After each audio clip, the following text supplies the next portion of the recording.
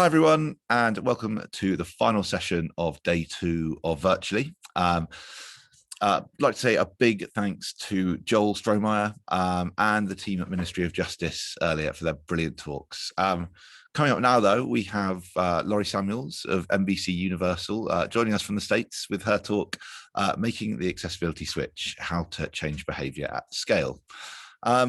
My Clear Text are providing live captions, which you can access through Zoom, or alternatively, I have dropped a stream text link in the chat. This session is, of course, recorded and will be available online shortly after the conference. We're aiming to get all talks up online either Friday or Monday, so please do bear with us while we get that done. Please, as always, get involved in the chat. Please do say hello to each other. Make sure your chat settings are switched to panelists and attendees. That way everyone can see your messages. And if you've got any questions for Laurie, please do submit them using the Q&A box. So yeah, without further ado, I'll hand over to you, Laurie, to kick things off. Thank you, Henry. I'm so excited to be here with everyone today. And I'm excited to give this talk because I've been thinking about it for a while, and I finally got motivation by being invited to this conference to do that. So thank you. This is the first time I'm giving it, so be kind. But I'm excited to talk about how we make the accessibility switch. So let's talk about what that is.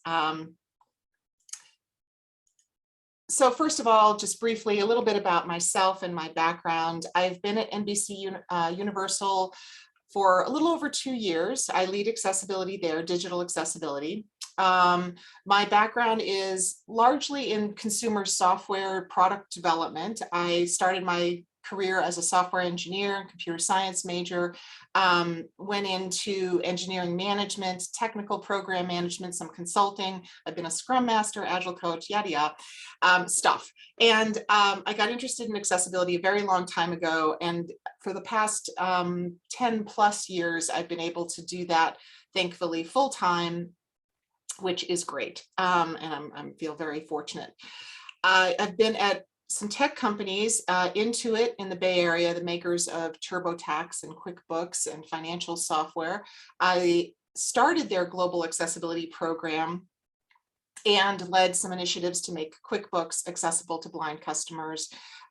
Now it's in the very capable hands of Ted Drake, who has done amazing things at Intuit since I tilled the soil there in accessibility. And then I was at Microsoft for about 4 years after that as a consultant, working in different product groups, helping them either start up or optimize some of their programs. So I am passionate about accessibility. My connection with disability is personal. I have a sister who has cerebral palsy. We grew up long before there were laws in the United States that guaranteed any accessibility or civil rights for people with disabilities. So I saw discrimination and exclusion up close and firsthand in her life. And I am my husband, our oldest daughter, are both neurodivergent, autism, ADHD, anxiety, and I am now gracefully, I hope, aging into disability myself. So, all right. So as we look at this space, digital accessibility, and we look at websites and apps and digital content, we realize we have some very big problems. Due to, we have some data now that thanks to WebAIM doing their annual scanning and testing of the top 1 million websites. And also I know the GAD Foundation with Joe Devon works on an annual report.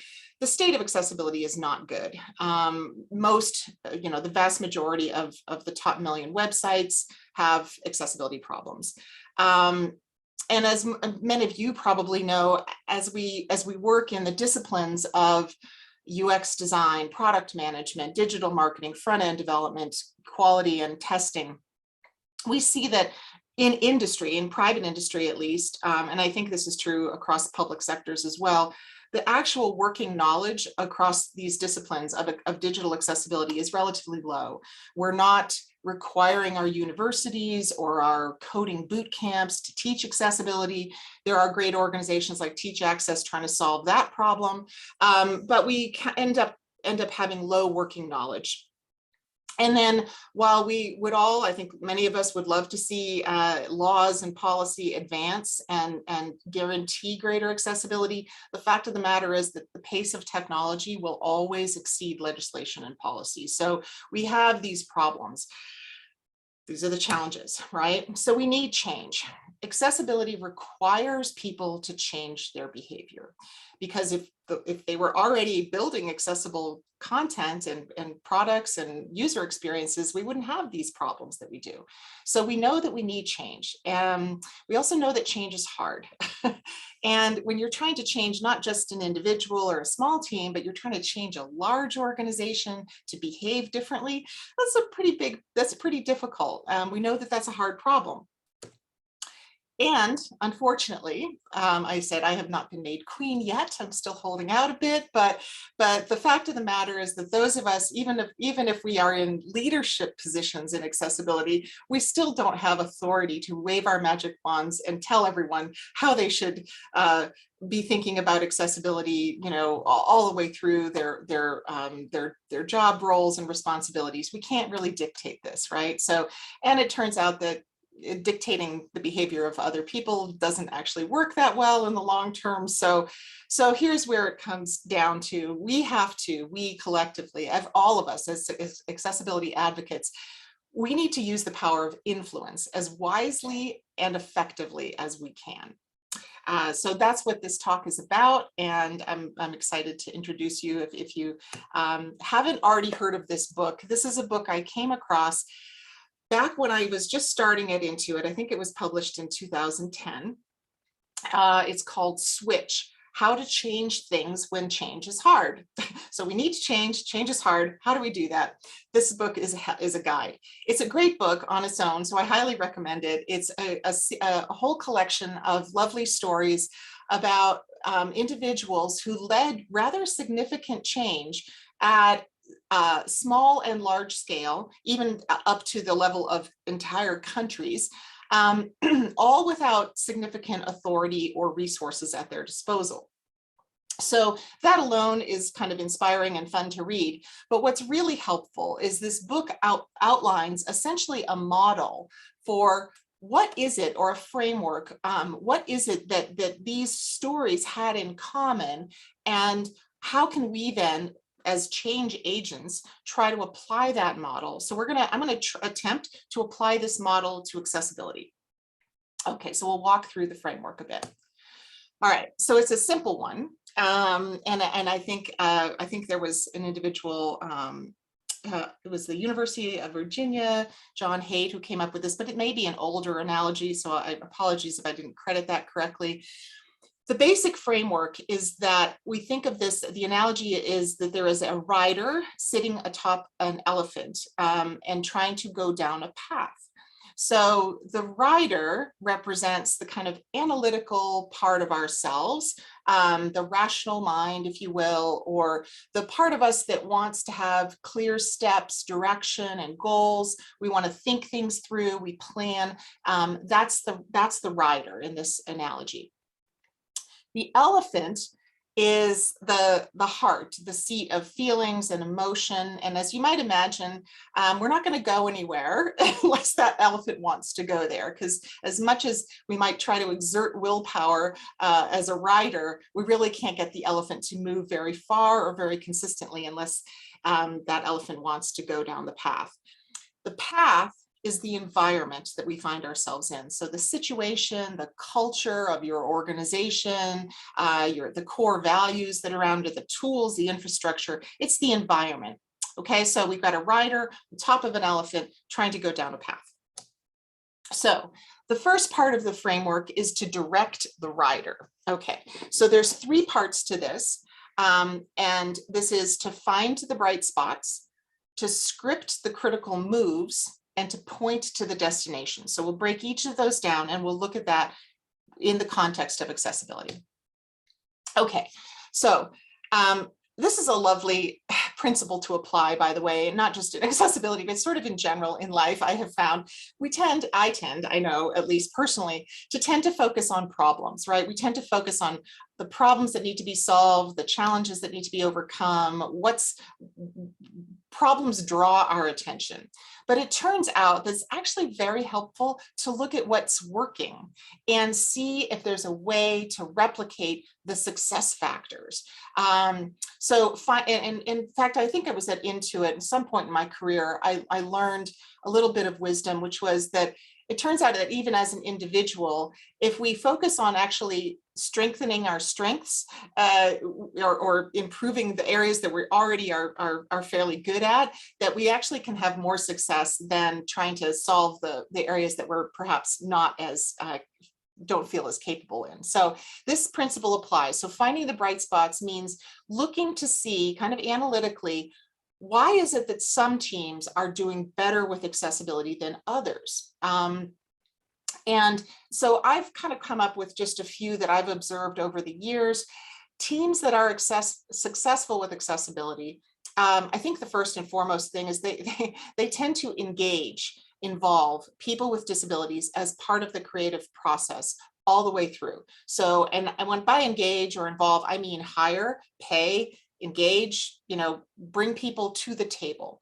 Accessibility is about people. It's about people with disabilities. So if the people with disabilities are not intrinsically part of that process, then we're missing something, or we're missing something really major, and we need to fix that. So there are some great organizations, you can work with nonprofit organizations, you can work with individuals, you can seek your own participants in user research. Fable is a great company that's providing this at a larger scale. There are ways to engage people with disabilities. Just make sure that you're not, that you're compensating people fairly for their time.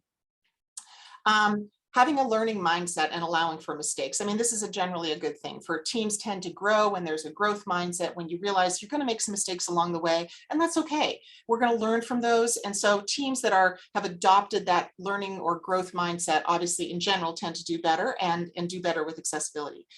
I think another key thing that I've observed is understanding that accessibility is not a project with an end date.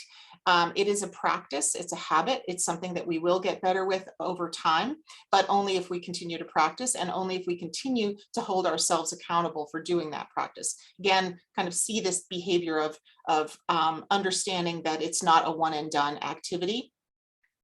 Also, of course, we all, in the accessibility world, we talk about starting early, shifting left in the software development lifecycle. So that is a success factor. Teams that include accessibility early in the planning and design do better with that. And the last one that I'm going to mention is that I think it's incredibly important to prioritize usability over compliance as a goal. And that may be somewhat controversial, but I've seen teams chase the compliance goal, and two things happen. They never actually get there, because in the digital world, you're constantly changing your content, your code. So what was compliant, even if you could call it that at any point in time, is not necessarily the next day. So if we prioritize the user experience, how are people with disabilities who use assistive technology able to engage with your content, your digital content or your digital product experiences, then we are chasing the right goal. And that ends up having, and that, again, it becomes something that gets intrinsically incorporated into the product development life cycle. So I say WCAG compliance is not the goal. Usability for people with disabilities is the goal. Okay, the next thing is scripting the critical moves. This is, again, we're still dealing with the writer. The writer wants to plan, the writer wants to know what to do. So for the writer, we need to think about, and I think it boils down to two stages. Maybe I'm oversimplifying, but I think we either have teams that are getting started with accessibility and haven't practiced it yet, or we have teams that have been practicing it and need to get better at it. So if you take those two kind of simple buckets, then we do need to script out or think of a playbook or a guide that's going to give people the steps to follow to either get started or get better with accessibility. So the getting started piece is, well, there has to be that foundational awareness and context. What is the work? who's involved in the work, why are we doing it, and how do we do it? So the basic foundational awareness is important. And some organizations may already have that, but many, in my experience, do not. So we need to keep doing that foundational work. I also think then, as teams want to start to action on accessibility and make improvements and start to practice it, you can't boil the ocean. You need to squeeze that down to a small representative scope of work to start looking at where are the gaps, where are the problems. Sometimes the temptation might be to come in and look at your entire website, or look at every screen in a mobile app. And it turns out that that's kind of overkill. You probably can get a lot of information for looking at a much smaller scope, and you can start practicing that. Then we have the basic skills that have to start to be developed across the different disciplines that are involved in creating digital content and products. So again, some basic training starts to happen, and then the teams can start executing by making small improvements and celebrating their successes along the way, and getting actionable feedback from people with disabilities as to whether things are working or not. So that's the getting started kind of playbook. Getting better at accessibility, and I realize that's at a high level, but getting better at accessibility, a lot of our, in this, at least coming from the software development world, most of our organizations have adopted agile methodologies or practices. And one of the core principles of agile is continuous improvement. So there is this construct of a retrospective where you look back at a block of time called a sprint, and you or maybe a whole cycle, and you can kind of get feedback on how did we do, what could we do better. So doing retrospectives that are focused on accessibility, that's a great tool to use with teams that are already doing agile development processes. Shifting left or starting earlier in planning and design, we know that's important. So that's a way to get better. So if we're, if we're still kind of testing late in the cycle, and we could actually perhaps create some design reviews for accessibility earlier in the process, that would be a good way to improve. More user feedback baked into the process.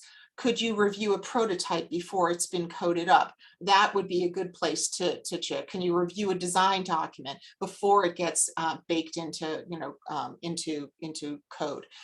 Efficiencies that can be gained through testing tools and automation. Can you make things kind of the default behavior by automatically testing for some accessibility at a check-in, for example? So these are all ways to kind of say, here's the steps, here's how we get started, here's how we get better, break those down. They're going to be slightly different from organization to organization, but this is the general thing that I found is help people see what the steps are. Those are the critical moves in accessibility.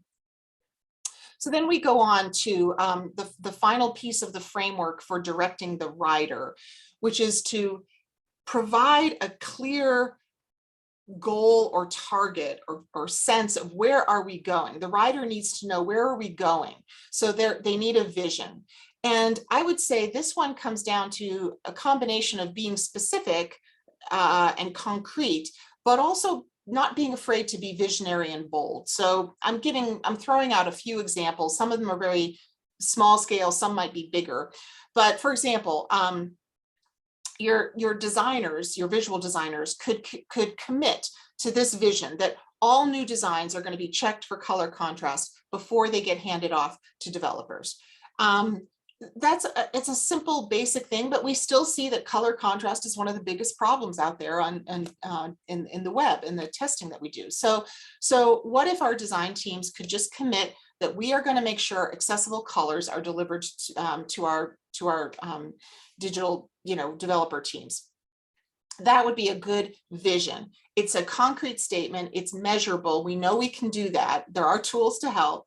And that would be an example of a clear destination. We want to get there. Another example is that accessibility is part of our definition of done, or it's a minimum viable product requirement. We don't launch unless we've checked for accessibility. Maybe we can only commit to a subset of that in the early stages, but we want to get there. That's the goal, right?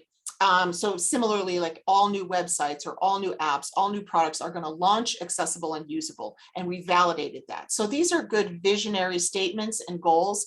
Could be that, you know, it also helps us set up certain gates in the development process. Part of pointing to a destination is understanding how are we measuring. Remember that, you know, goals are specific, measurable, achievable, results oriented, and time bound. Ooh, I got all 5 of the SMART acronym off the top of my head. So goals have to be smart and measurable. So what do we measure with accessibility? That's an interesting topic on all of itself. I could do a whole talk on that. So we can measure things like bug status. We can measure through user research and user feedback and usability testing. We might even get back a score on that. We can certainly set up certain process gates. That's what I was referring to. So in other words, something doesn't pass from one stage to the next stage in a process unless it's been reviewed for accessibility. We can do automated checks. We can incorporate that into our various, you know, CI/CD, continuous integration, continuous development frameworks and test harnesses. We can track whether people have completed training for accessibility. I would caution again, though, here we have to be a little bit careful because the adage of what we measure tends to increase holds true here. Measuring for compliance alone against the web content accessibility guidelines is, again, may end up driving behavior that we don't want to see. I've seen this happen in practice, which is you're chasing that compliance goal, and it takes the person out of it, which is not good, because we need to keep people centered in the work that we do in accessibility. So be careful what we measure. I'd rather see us measure user research and user feedback with the disability community than whether you know, a subject matter expert tells us we're compliant with certain criteria or not.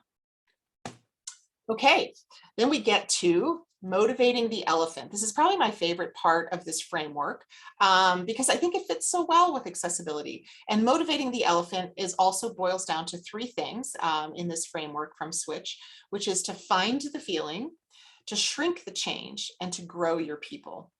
So let's take a look at that. Okay, finding the feeling. I think accessibility is just tailor-made for this.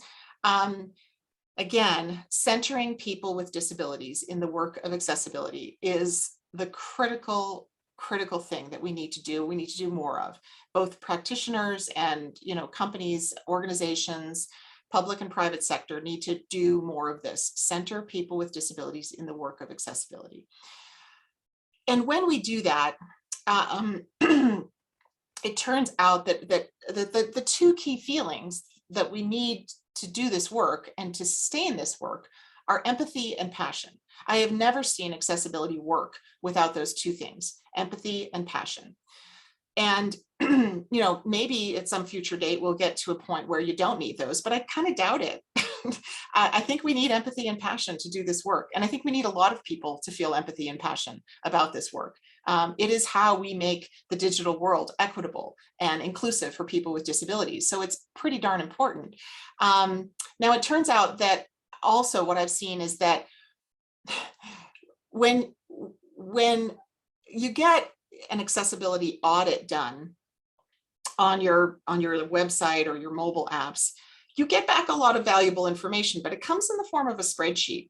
And spreadsheets typically are not very motivating. They might be okay for the writer. The writer might need the spreadsheet, but it turns out that videos and in-person experiences with people with disabilities are a whole lot more compelling for the elephant. So one of the things I found, and this is just a simple technique, is use video. Show people with disabilities who are using assistive technology like screen readers or magnification or voice input. Show them trying to use your website, maybe in person or do a video. That is so much more compelling and so much more to the point. And sometimes it's a gut punch for product teams who are proud of their work and then discover that, oh, wow, this doesn't really work at all for someone who's using a screen reader or someone who has to magnify the screen. So use that, build that empathy, develop the passion. People want, I don't think we have inaccessibility because people are intentionally setting out to make the world inaccessible. So leverage the natural empathy that we have, and this includes conversations with leaders. I'll share a couple of quick stories on this. At Intuit, I really didn't know what I was doing when I was starting out trying to build this accessibility program, but I did connect with an individual, someone who called in, and he was blind. He had lost his vision kind of suddenly later in life, and he wanted to talk about QuickBooks, which is our small business accounting product. And I started talking with him, and I learned that all kinds of people in the blind community wanted to use this product that Intuit had, and they hadn't been able to because it wasn't accessible when you're using a screen reader. So I learned a lot, and I started to try to get our way to the leader of the business of QuickBooks, who fortunately was an empathetic leader to begin with. And we got, so my friend Albert and I got time on his calendar with all of his direct staff. So this is the leadership of the entire small business division at Intuit. And we basically, Albert came with his guide dog, and we talked about the fact that we had customers wanting to use this product who couldn't. And we actually produced a short 5-minute video of someone who had been a bookkeeper. She lost her vision also very suddenly, and she tried to go back to work and she couldn't because QuickBooks was inaccessible at the time. So that 1 half-hour session led to funding for the work. It led to the engagement. We had passionate engineering team in India that were working to solve problems. We all galvanized around the problem, and it was because we motivated the elephant. So it works. More recently at NBC Universal, we did a fantastic focus group with the American Council of the Blind here after the Tokyo Olympics to talk about how audio description of the Olympic Games worked for them. And I captured just quotes from folks saying how the impact that it had to offer accessibility. And I shared that with leadership and teams here to inspire and motivate to continue the work. So empathy and passion, this one is probably you can probably tell by the way I'm talking about this. This is my favorite one. I think finding the feeling is absolutely key to doing accessibility. Okay. The next one that I also really love is shrink the change. And this is one, again, it's a little controversial with the accessibility professionals, but I want to point out that WCAG gets overwhelming very quickly, right? You've got 4 core principles, which are lovely and make a lot of sense, 12 strong, solid guidelines, but then it blows up to 78 success criteria. So if you don't know anything about accessibility and you are just thrown at WCAG or have WCAG thrown at you right off the bat, you're going to get very overwhelmed. And I think that tends to lead to some paralysis. So how do we help teams get started or get better? Well, again, we need to acknowledge the overwhelm, and we need to help them prioritize. And I see 2 ways that we do this. I think first we focus on, again, back to that point about directing the rider and having a small scope to start on, something that's representative, but that is manageable. So start with a small bit of your site or your app or your content to focus on. Realizing you have a lot more to do, but you have to know where to start. So help teams prioritize what to focus on first. And then even within WCAG, subset the guidelines to focus on first. Again, that's a little controversial. I'm only talking about the starting point. I'm not talking about the end state. The end state, we want to be both usable and ideally compliant. So starting small means work on the smallest amount of product scope that will impact the most users, right? So our product teams, our digital teams, they know their high traffic pages, they have all that data. So let's help them line up to, okay, if we impact this one area, if we start on this one area, we'll have a big impact. Okay. So shrinking the change with respect to what do we focus on first for guidelines and success criteria? Well, so I'm borrowing this from DeQ. They did some analysis, and this is on the DeQ website. You can go look for this report. It's the WCAG success criteria with the most issues found based on their years of doing audits and automated testing as well as manual testing. So this combines both of those. It turns out that 10 criteria account for 90% of the issues found. So this is a great place to start. These are the criteria that I would suggest we focus on first. Let's get better at all of this stuff that we're not doing well enough yet. Let's solve color contrast. Let's work on making sure things are keyboard accessible and that every element has an associated name, role, and value, right? We know if we do those things, we're going to have a much more usable experience. We won't have those big barriers and blockers getting in our way. So build skills in these areas first, shrink the change, help teams line up to a starting point, how to work on these and get good at these. Now, the good thing about these is they break down even further. So if you look at who is generally responsible for which of these success criteria in WCAG, it turns out that some of these go right over to the designers, the folks who are working on the visual presentation. Some of them are in the camp of the developers, the front end developers. And so we can kind of divide things up a little bit so that any one group only gets about 3 to 4, 4 to 5. So that even breaks it down a little bit further. So these are my suggested starting points based on data. This is how we shrink the change in accessibility, making it more manageable and making it something that people can action on instead of getting kind of stuck by it and feeling overwhelmed. The last bit of motivating the elephant is growing your people. Well, again, this is a perfect fit for accessibility because what are we doing? We're always trying to upskill, right? We're always trying to, role specific training, practicing and getting better and making mistakes and getting better. Also, we're finally, I think, getting to a point where we can begin to hire in accessibility skills. So we're having a talk here tomorrow on GAD with the lovely Anna Cook, who is sharing her talk on why we need more accessibility designers. So guess what? Accessibility is finally becoming more of an established community of practice. There are folks out there who have some awesome accessibility skills. Why not update our job descriptions? So for hiring front-end developers or designers, product managers, let's hire them in with the accessibility skills already. And then, of course, we have to continue to offer a lot of training. Another way to grow your people, and I love this, again, I want to shout out to my friend Ted Drake, who I think has just done the most amazing job of building an accessibility champions framework at Intuit. So there's a lot of good resources out. They've shared their framework for the champions network at Intuit. I think it's a great one. It was very grassroots.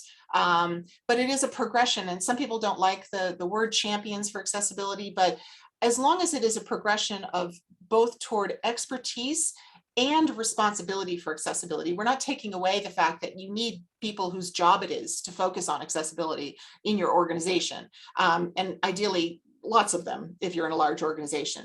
But we still see we need a framework where we're building community, we're building expertise, we're capitalizing on the passion and the empathy that naturally exists in this space.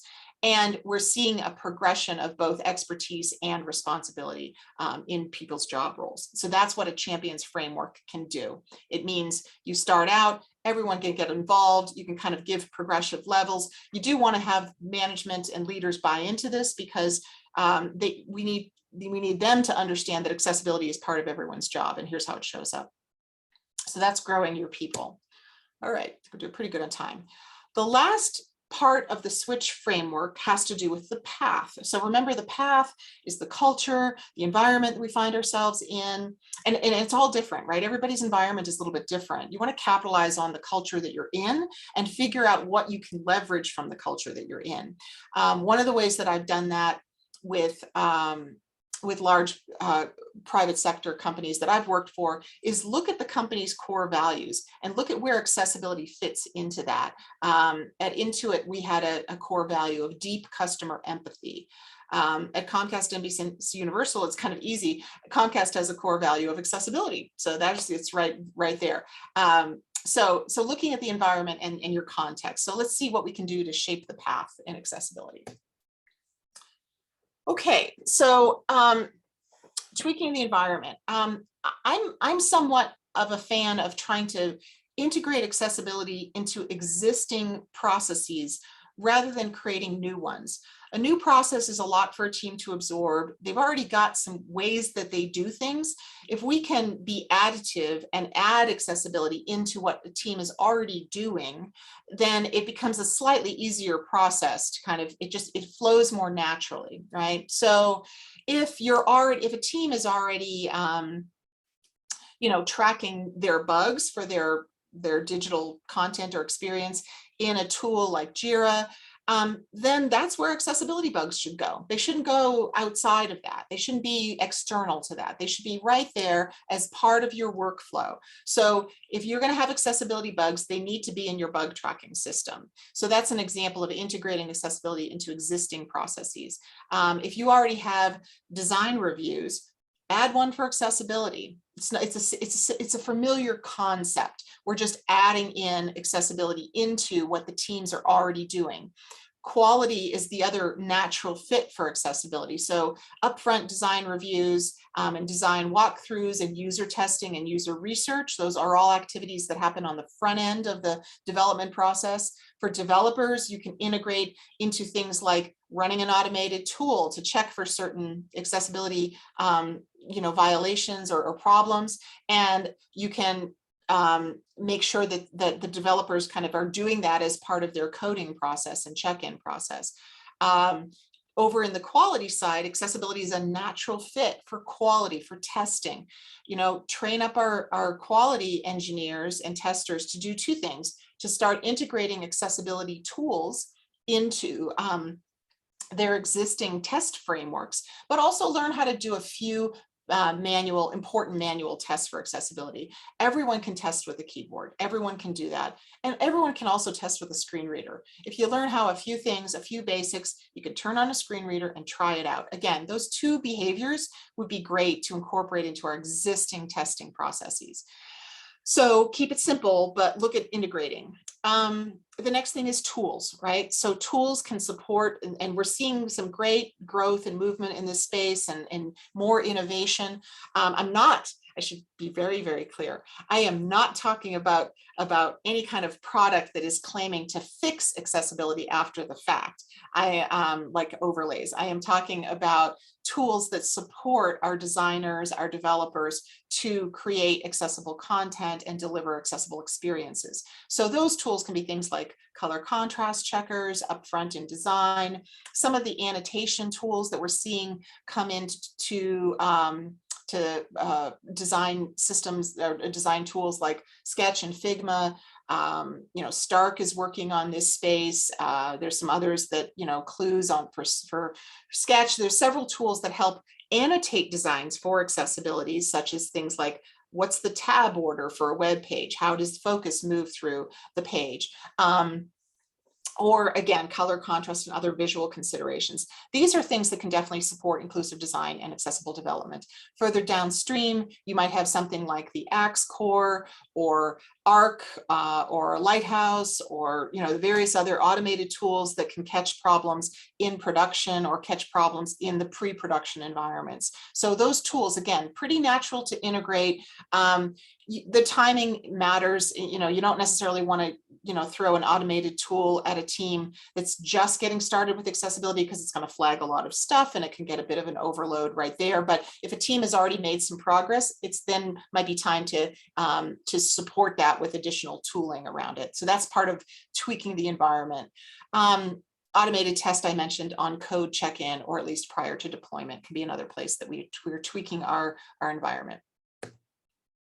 Habits is the next one, right? Build habits. Habits, again, is incredibly natural fit for accessibility, because accessibility is a habit, and it's a habit that gets better when we practice it. So another way to build the habit is, as we roll out more accessibility training, ultimately we want to make sure that, and one of our goals should be to make sure that all new employees coming into the company get at least a basic level of training. Microsoft did this, and so everyone coming in to work at Microsoft, gets accessibility 101 training. So it builds that into the ecosystem, builds it in as an expectation of, this is how we do things. This is one of our core values and principles. So that continuous training. Again, I think I referenced the agile continuous improvement principle, but that's another great one to apply to the habit building of it. We did this recently on the Olympics website, and it was a great retrospective to be able to look back and say, what did we do well? What could we improve next time? And those open, honest conversations really help. And no one, it helps develop that learning mindset that is so essential to accessibility work, but it also helps everyone realize that they're all contributing. We can all always do better. No one is ever done with this, and no one has all the answers. So we all have to work together to continuously improve this. So there's a natural fit for habits. All right, and then the last one for the environment or shaping the path is to rally the herd. So we have this lovely photo of all this herd of adult and baby elephants coming down a path. So I found that the best ways to rally the herd are to celebrate and publicize our successes. I think it's so important, and sometimes, again, we see all the problems. We know that things are a long way from where they need to be in terms of inclusivity for people with disabilities and equity and inclusion and accessibility. So we know we have a lot of work ahead of us, but we won't get there if we don't celebrate the success along the way. So, and I mean everything, every success that you can celebrate, celebrate. Every bit of feedback that something is working better, celebrate.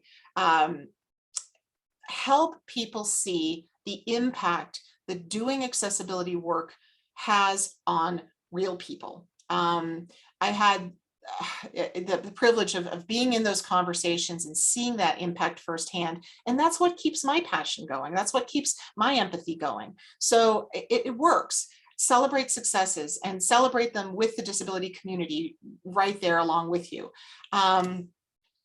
Building accessibility community across the organization, again, incredibly important. And by the way, I just want to say, hire more people with disabilities, hire more people with disabilities, just hire more people with disabilities. That helps us get people with disabilities into the creative process. Building accessibility community is incredibly important. Again, that champions framework or some model like that, where people come together and discuss best practices. We can sometimes rant or whine about the challenges too. That's okay. I have attended many an accessibility rant. They're quite cathartic and helpful. So I'm a fan of those too. Sometimes we just need to kind of share the frustrations, but we also realize that we're all going to keep going with this work. And so keeping a sense of community going is important. Sharing ideas with each other. I love hearing about what works in other organizations that I could, oh, that's a great idea. I might try that. And hopefully this framework is something that might resonate with all of you, and find a way to kind of apply it as I have. It's been an inspiration for me over the years, and I keep going back to it. So I guess it must be something that stuck with me. So rally the herd, get people excited, get people involved, celebrate your successes. You have them, I'm sure you do. So make the most of those and get people excited about this work. All right, I think that is about where I'm at with, and so I'm happy to open it up for questions and conversation. Awesome. Thanks, Laurie. What a great talk. No, I absolutely love that framework. And I'm sure a lot of us, can relate to motivating the elephant, which is definitely not a sentence I ever thought I'd say. If anyone's got any questions, please do submit them now. I can see there's lots of talk in the chat. So Laurie, we spoke kind of just before this talk, kind of about your role at kind of NBC Universal, and kind of, not just the kind of sheer scale of the organization, but the fact it kind of spans so many different sectors, kind of from like theme parks, sport, media, and kind of everything in between. Like it must be a really complex kind of job you and your team have, kind of addressing culture change kind of across such a diversity of different businesses. Kind of, could you tell us a bit more about that, kind of where that areas you prioritized? If you could just tell us a bit more about that, that'd be great. Yeah, absolutely. So I should say NBC Universal is a fascinating place to work, because it is a bit of an umbrella around lots of discrete businesses, I should say. And so it spans sports, news, entertainment in film and television, streaming as well with Peacock. But we also have our theme parks, so the Universal Studios Hollywood, Orlando, and over in Japan, and now in China. So it is a very disparate and varied kind of ecosystem to work in. The good thing about accessibility is that it's pretty common, though, across all of that. So whereas like, and I think so what I've done to try to address that is we do have fairly discrete businesses that work up and operate quite separately from one another. So what I've done is create my own constructs and community by creating, for example, a monthly forum where I invite all the designers from our company across the various businesses to come together. I've also just stood up office hours for designers and product owners and developers. Anyone can come to talk about accessibility issues. So basically inviting everyone to the table in certain kind of regular constructs is one way that I've been working to solve that. Similarly, we have an audio description working group that again pulls from several different businesses. But again, what's helpful is sharing those common themes. We need video players to be accessible. We need audio description on our content. We need closed captioning on our media content. So there's commonality there. So I think one of the things that I've learned that has been helpful at NBC Universal is creating forums and community settings where we can work on common themes. And I just created them. So I just invited people to the table and people are coming. That's the good news. Awesome. So if you kind of set up kind of like champions in these different areas, and we're beginning to formalize the champions work. We have a great group of champions in our parks digital group, but it actually is very cross-sectional, which I like. We have folks who are in human resources, directly working on customer-facing websites and apps, but also working on even our rides and attractions accessibility and the guest experience within the parks. So that's been a kind of a fascinating group to work with, and we're beginning to kind of formalize what a champions program looks like for parks and then beyond into other businesses as well. Yeah. Awesome. So I mean, yeah. I mean, the parks. I mean, that must be kind of bridging the digital. Yeah, it does bridge the digital and the physical world, because you can imagine, you walk around the park with an app in your hand to kind of guide you through, order food. So there's quite an intersection. We're even looking at some things with kiosks in the park and various other things like that. So it's an interesting space. And I'm not an expert in the built environment at all, but we see more and more that the digital is coming into the physical world, and we need to kind of combine the two together, if that makes sense. Yeah. No, absolutely. No, it's fascinating. So we've got a question here from James. James asks, Laurie, how do you embed accessibility with high staff turnover or kind of short-term contractors? Yeah, that's a tough one. Yes, that's challenging. And we always, hate when we someone leaves who's kind of been an accessibility subject matter expert or champion in a team. So I think it's important, though. This is where I think Shape the Path would help a bit. If you can make sure that your process is incorporating accessibility, during planning, design, development, testing, then you're bringing new people into that process, and that's the way they're expected to work. So I think the combination of, even if you're a short-term contractor, you get a bit of accessibility training when you walk in the door, and we have an accessible process set up or a process that will result in, will embed accessibility into the development process. I think those would be the two best tools I would work on for that, to try to tackle that problem. Yeah. Brilliant, thank you. And yeah, thank you, Laurie. No, that was an absolutely fantastic talk. Oh, good. And yeah, thanks. Thanks everyone that tuned in as well. We are back tomorrow on Global Accessibility Awareness Day for our final day of virtually with talks from Nomensa's Ronnie Hendricks, Max Fumagalli, and Marco Fabri, who are founding member and designer at Depop, and a panel discussion on what it means to be an accessible organisation, hosted by Alistair Campbell, with panellists Beverly Newing from Ministry of Justice, who we heard from earlier, Pavel Pomerantsev of Squarespace, Sveta Danova of ASOS, and and Sajinder Jabanda-Wilson of Virgin Media. I know you're very, very busy tomorrow as well, Laurie. But yeah, I'd just like to do a quick shout out that here at Nomensa we are hiring lots of roles across design, UX, dev, DevOps, and lots more. Check out nomensa.com/careers for more info. And if you don't see a role live on there that is suitable for you, we still love to hear from you, as we're kind of always on the lookout for great people. So yeah, thanks again. Thank you, Laurie. And yeah, we'll see everyone tomorrow. All right, thank you. And if anyone wants to connect with me on LinkedIn, please feel free. And I always love to talk about this topic. And so thank you so much for coming. I really appreciate it. Thank you, Nomensa. Thank you, Henry. Awesome. Thanks, Laurie. Cheers. Bye-bye. Bye.